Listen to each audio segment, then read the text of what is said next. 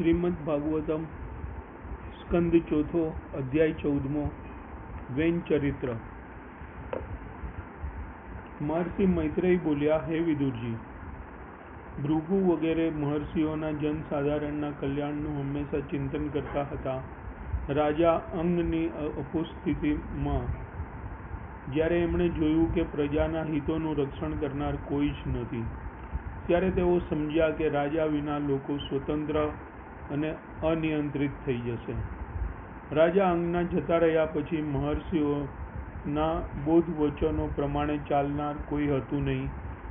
પરિણામે બધા પ્રજાજનો એવા નિરંકુશ બની ગયા।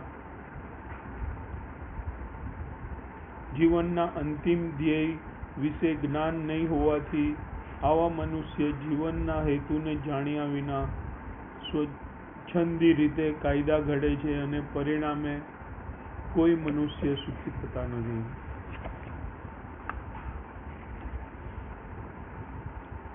ત્યારે મહર્ષિઓએ રાજમાતા સુનીતાને બોલાવી અને તેની સંમતિથી વેદને પૃથ્વીના સ્વામી તરીકે રાજ્યાસને બેસાડ્યો, પરંતુ બધા મંત્રીઓ આમાં સંમત ન હતા। વેન બહુ કઠોર અને ક્રૂર હતો, એથી સર્વ વિદિત હતું। તેથી જ્યારે બધા ચોર બદમાશોએ તે રાજ્યાસને બેઠો છે તેમ જાણ્યું, ત્યારે તે બધા તેનાથી ઘણા ભયભીત થઈ ગયા। વેન બહુ સારો રાજવી ન હતો, પરંતુ તે કઠોર અને ક્રૂર હોવાનું જાણીતું હતું। એ રીતે રાજ્યમાં ઓછામાં ઓછું ચોર લફંગાથી રાજ્ય મુક્ત થયું હતું। રાજા જ્યારે સિંહાસને આરૂઢ હતો ત્યારે 8 પ્રકારના ઐશ્વર્યોથી તે શક્તિ સંપન્ન થયો હતો। પરિણામે તે અત્યંત ઉદ્ધત થયો હતો અને પોતાની ખોટી પ્રતિષ્ઠાના જોરે તે પોતાને સૌથી મહાન ગણવા લાગ્યો। એ રીતે તે મોટા પુરુષોનું અપમાન કરવા લાગ્યો। રાજ્યનું સ્થાન મળવાથી તે બહુ ઘમંડી બની ગયો અને બહુ વિચારશીલ નહીં હોવાથી તે પોતાની સત્તાનો દુરુપયોગ કરવા લાગ્યો। રાજા વેન પોતાના ઐશ્વર્યોથી માદાંધ બની ગયો અને રથમાં આરૂઢ થઈને નિરંકુશ હાથીની જેમ જ્યાં જ્યાં જતો હતો ત્યાં આકાશ અને ધરતીને ધ્રુજાવતો રાજ્યમાં ઘૂમવા લાગ્યો। હવેથી સર્વે બ્રાહ્મણોને કોઈ પણ પ્રકારના યજ્ઞ કરવાની મનાઈ કરવામાં આવે છે। દાન આપવાની કે ઘીનો હોમ કરવાની પણ મનાઈ કરવામાં આવે છે। તેણે બધા પ્રકારના ધાર્મિક કર્મકાંડો બંધ કરાવ્યા। તેથી બધા મહર્ષિઓએ ભેગા મળીને આ દુષ્ટ વેનના અત્યાચાર જોઈને જણાવ્યું કે જગતના લોકો માટે મોટો ભય અને ભારે આપત્તિ ઊભી થઈ છે। રાજા વેનને રાજ્યાસને બેસાડતા પૂર્વે મહર્ષિઓને સમાજના કલ્યાણની બહુ ચિંતા થઈ હતી। રાજા વેન અત્યંત બેજવાબદાર, ક્રૂર અને અત્યાચારી નીવડો અને જ્યારે એમણે જોયું કે ત્યારે તેઓ ફરીથી પ્રજાના કલ્યાણ વિશે વિચાર કરવા લાગ્યા। તેથી મહર્ષિઓ ભેગા મળીને પરસ્પર વિચાર કરવા લાગ્યા કે રાજા વેન દ્વારા ઉત્પન્ન થયેલા ભયજનક વાતાવરણમાંથી કેવી રીતે બહાર આવવું। એક તરફ બેજવાબદાર રાજા અને બીજી તરફ ચોર તથા દુષ્ટોના લીધે લોકો આફતમાં આવી પડ્યા હતા। હવે તો ખુદ રાજા દ્વારા જ લોકો ત્રાસ પામી રહ્યા હતા। આવા સંજોગોમાં લોકો કેવી રીતે સુખી થઈ શકે? પ્રજાજનો પોતાના ધાર્મિક કાર્યો વાસ્તવિક રીતે કરે છે એ જોવા માટે અને ચોર તથા દુષ્ટોને અંકુશમાં રાખવા માટે સુરાજ્ય હોવું જરૂરી છે। આમ થાય ત્યારે લોકો શાંતિપૂર્વક આધ્યાત્મિક ચેતનામાં આગળ વધી શકે છે અને તેમનું જીવન સફળ બનાવી શકે છે।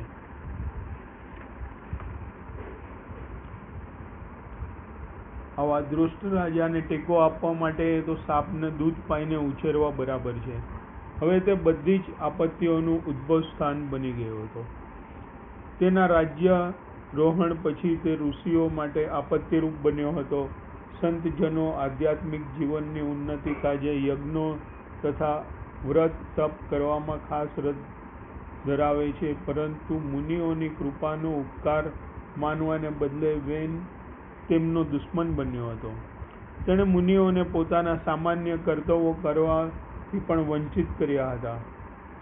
પ્રજાને રક્ષણ આપવા માટે આ વેનને આપણે રાજા તરીકે નિમણૂક કર્યો હતો, પરંતુ હવે તે પ્રજાનો જ શત્રુ બની ગયો છે.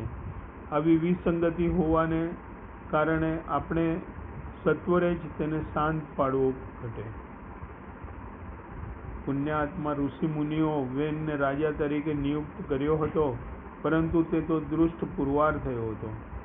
તેથી ઋષિજનો પાપમાંથી પડવામાંથી ડરતા હતા અને કર્મના નિયમ અનુસાર મનુષ્યને દુર્જનની સંગ કરવાનો પણ નિષેધ કરવામાં આવ્યો છે. વેનને રાજ્યાસને નિયુક્ત કરીને પુણ્યાત્મા ઋષિઓએ તેનો સંગ જરૂર કર્યો હતો. સંતજનો રાજકીય બાબતોમાં રસ ધરાવતા નથી, છતાં તેઓ સામાન્ય લોકોના કલ્યાણની હંમેશા ચિંતા કરતા હોય છે.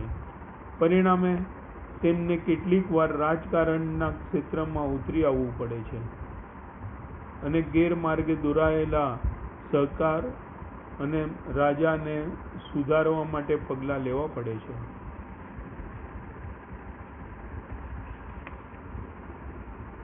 આ પ્રમાણે નિર્ણય કરીને મહર્ષિઓએ રાજા વેનની પાસે ગયા અને પોતાના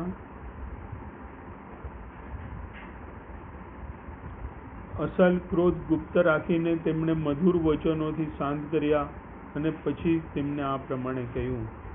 મહર્ષિઓ બોલ્યા, હે રાજા, અમે તને સારી સલાહ આપવા માટે આવ્યા છીએ. કૃપયા અમને ધ્યાનપૂર્વક સાંભળ. આમ કરવાથી તારું આયુષ્ય, ઐશ્વર્ય, બળ અને ખ્યાતિ વધશે. વૈદિક સંસ્કૃતિ અનુસાર રાજ્યશાહીમાં રાજાને સંતો અને ઋષિમુનિઓ સલાહ અપાતા. તેમની સલાહ મુજબ વર્તીને સર્વશ્રેષ્ઠ શાસક તેઓ થઈ શકતા અને તેના રાજ્યધામમાં દરેક વ્યક્તિ સુખી રહી શકતા હતા. મહાન સંત પુરુષોએ આપેલા ઉપદેશોને ગ્રહણ કરવામાં મોટા રાજવીઓ બહુ ગંભીર રહેતા હતા. અહીં સાધુ રચિત ઋષિઓ ઉપદેશ આપે છે કે રાજાએ અથવા સરકારના વડાએ ધર્મ અનુસાર જીવન જીવીને દાખલો બેસાડવો જોઈએ. ભગવદ્ ગીતામાં જણાવ્યા મુજબ ધર્મ એટલે પૂર્ણ પુરુષોત્તમ ભગવાનની આરાધના કરવી. રાજ્યના વડાએ પોતાને તેમને મળેલી રાજાના સત્તાનો અમલ એવી રીતે કરવો કે જેથી આ જીવનમાં જ નહીં પરંતુ મરણ પછી પણ જીવનમાં પણ સુખી થાય. અને અહીં એના સાર રૂપે ઉપદેશ આપેલ છે. ઋષિઓ વળી કહેવા લાગ્યા કે હે વીર, આ કારણે તારે સર્વ સામાન્ય લોકોના આધ્યાત્મિક જીવનને નષ્ટ કરવાના નિમિત્તરૂપ ન થવું જોઈએ. તારા આચરણને કારણે તેમના આધ્યાત્મિક જીવનનો જો નાશ થશે તો તારા ઐશ્વર્યયુક્ત અને રાજવીના સ્થાનેથી તારું જરૂર પતન થશે.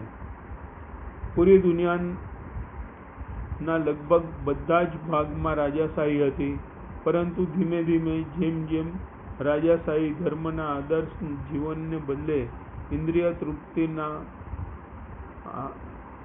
અધાર્મિક જીવન તરફ ઢળવા લાગી, તેમ તેમ દુનિયામાંથી રાજાશાહી ધીરે ધીરે નાબૂદ થઈ ગઈ. પુણ્યાત્મા ઋષિઓએ આવીને કહ્યું, જ્યારે રાજા દુષ્ટ પ્રજાનો તેમજ ચોર તથા બદમાશોના પ્રજાનું રક્ષણ કરે છે, ત્યારે તેના આવા પુણ્ય કર્મોના પ્રતાપે પ્રજાએ અપેક્ષા કરતો તે સ્વીકાર કરી શકે છે અને એ રીતે પુણ્યશાળી રાજા આ લોકમાં તેમજ મરણ પછી જીવનમાં સુખ ભોગવી શકે છે. આ શ્લોકમાં પુણ્યશાળી રાજાનું કહેવાતું બહુ સરસ વર્ણન કરવામાં આવ્યું છે. પ્રજાના રક્ષણ કરવું એ તેનું પ્રથમ અને સર્વોત્તમ કર્તવ્ય છે. જો રાજા ચોર અને બદમાશોથી પ્રજાનું રક્ષણ ન કરી શકે તો તેને રાજા પાસેથી કર વસૂલ કરવાનો કોઈ જ અધિકાર નથી.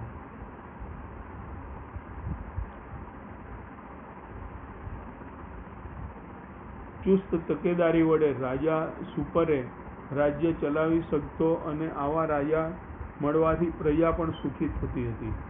તાત્પર્ય: રાજા જ્યાં સુધી દુષ્ટો તથા ચોરો ને પ્રજાજનોનું રક્ષણ કરવા માટે સમર્થ ન હોય ત્યાં સુધી પોતાની ઇન્દ્રિય તૃપ્તિ ખાતર જ પ્રજા પાસેથી કર વસૂલ કરવાનો તેને કંઈ અધિકાર નથી. પરંતુ જો તે પ્રજાજનોને સંપૂર્ણ રક્ષણ આપે અને તેમની પાસેથી કર લે તો તે આ જન્મમાં બહુ સુખ અને શાંતિપૂર્વક જીવી શકે છે અને આ જીવનના અંતે સ્વર્ગીય રાજ્યમાં ઉન્નતિ પામી શકે છે અથવા જ્યાં સર્વ પ્રકારે સુખ ભોગવી અને વૈકુંઠમાં જઈ શકે છે. આ શ્લોકમાં સમજાવવા રાજાના કર્તવ્યો તથા નાગરિકનું કર્તવ્ય અંગેનો બહુ સરસ અને સ્પષ્ટ કરવામાં આવ્યું છે. રાજાની પ્રવૃત્તિઓ અને પ્રજાજનોની પ્રવૃત્તિઓ એવી રીતે સંચાલિત થવી જોઈએ કે છેવટે દરેક વ્યક્તિ ભગવાનની ભક્તિમાં લાગી જાય. રાજા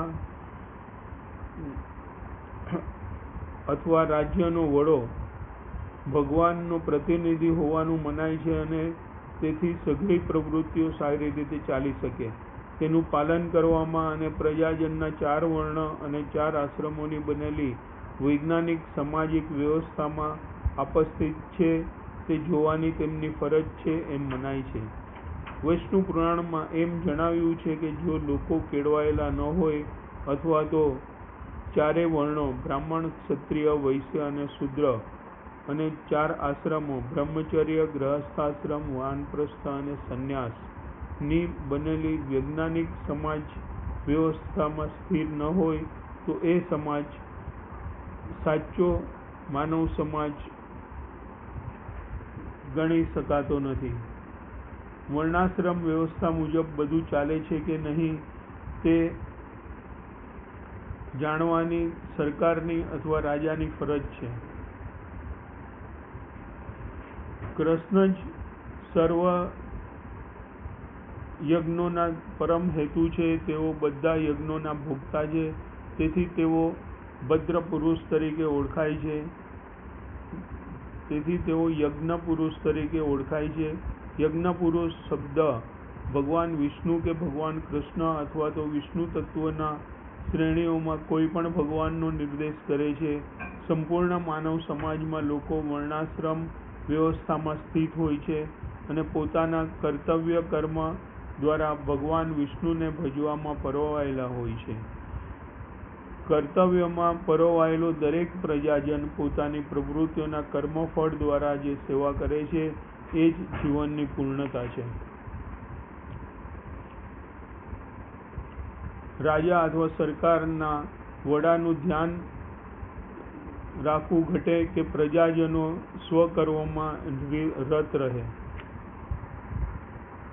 ભૌતિક પ્રકૃતિના 3 ગુણોના બંધનમાંથી લોકો મુક્ત થવા જોઈએ અને તે માટે શક્ય પદ્ધતિ એ જ છે કે ભગવાનને શરણે જવું. વિશ્વના નિયંતા એવા મહાન દેવો પૂર્ણ પુરુષોત્તમ ભગવાનનું પૂજન કરે છે. જ્યારે ભગવાન પ્રસન્ન થાય છે ત્યારે કંઈ જ દુર્લભ રહેતું નથી. હે રાજા, અધિષ્ઠાતા એવા દેવતાઓ સહિત પૂર્ણ પુરુષોત્તમ ભગવાન સર્વગ્રહલોકમાં બધા યજ્ઞોના ફળના ભોગતા છે. ભગવાન 3 વેદોમાં અખિલ જ્ઞાન સ્વરૂપ છે, સર્વ વસ્તુઓના સ્વામી છે અને બધા તપના અંતિમ સાધ્યારૂપ છે. માટે તમારી ઉન્નતિ ખાતર તમારા દેશવાસીઓ વિવિધ યજ્ઞો કરવામાં વ્યસ્ત રહેલા છે. ખરેખર યજ્ઞોમાં આહુતિ અર્પણ કરવા માટે તમારે તેમને હંમેશા દોરવણી આપવી જોઈએ. તમારા રાજ્યમાં જ્યારે બધા બ્રાહ્મણો યજ્ઞો કરવા લાગશે ત્યારે ભગવાનના અંશ વિસ્તાર એવા સર્વદેવો તેમના યજ્ઞ કાર્યથી પ્રસન્ન થશે અને તમને ઈચ્છિત ફળ આપશે. માટે હે વીર, યજ્ઞ વિધિ બંધ કરાવશો નહીં અને તમે જો બંધ કરાવશો તો તે દ્વારા તમે દેવોની અવગણના કરશો? રાજા વેને જવાબમાં કહ્યું કે તમે બધા લેશ માત્ર પણ અનુભવી નથી.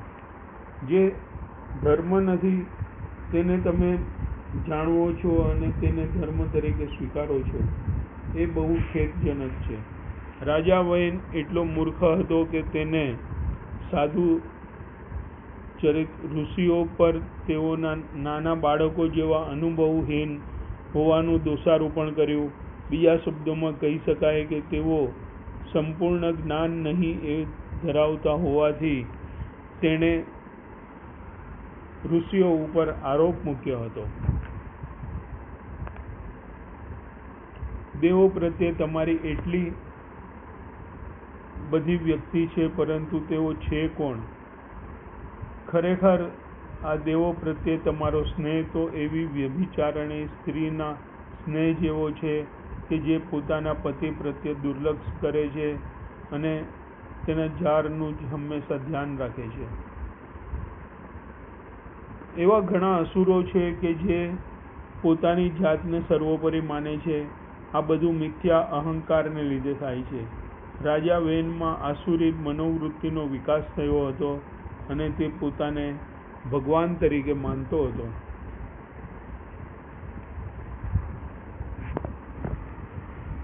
રાજા વેને વળી કહ્યું કે માટે હે બ્રાહ્મણો, તમે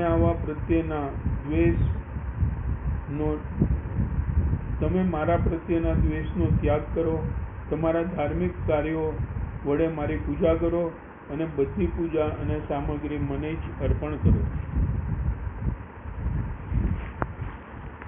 મહર્ષિ મૈત્રેય બોલ્યા, આ પ્રમાણે પોતાના પાપી જીવનથી બુદ્ધિહીન થયેલો અને અવળે માર્ગે ગયેલા રાજાનું વસ્તુત્વપૂર્ણ પુણ્ય પરવારી ગયું હતું. ઋષિઓએ બહુ વિનયપૂર્વક વિનંતી કરી, પણ તેણે સ્વીકારી નહીં અને તેથી તે ધિક્કારને પાત્ર બન્યો. રાજા એવો ઘમંડી અને ઉદ્ધત હતો કે તેણે મહાન પુણ્યાત્મા પુરુષોના અનાદર કરવાની હિંમત કરી અને આમ કરીને તેમણે પોતાનો વિનાશ નોતર્યો હતો. રાજાએ મહર્ષિઓનું અપમાન કર્યું અને રાજાના વચનોથી હૃદય થયેલા ઋષિઓ તેની ઉપર અત્યંત ક્રુદ્ધ થયા હતા. બધા સાધુચરિત ઋષિઓ સમગ્ર માનવ સમાજ માટે મહાભયંકર એવા આપત્તિરૂપ રાજા વેનને મારી નાખવાનો નિર્ણય કર્યો હતો. સાધુચરિત ઋષિઓ કેટલા પ્રમાણમાં રાજા ઉપર અંકુશ રાખી શક્યા હતા તે આપણે સમજી શકીએ છીએ. જો રાજા કે સરકાર આસુરી થઈ જાય તો સરકારને ઉથલાવી દેવાની અને તેને સ્થાને સાધુ રચિત પુરુષોના આદેશોને અને ઉપદેશો પ્રમાણે ચાલનારા લાયક મનુષ્યને મૂકવાની સંતજનોની જવાબદારી છે.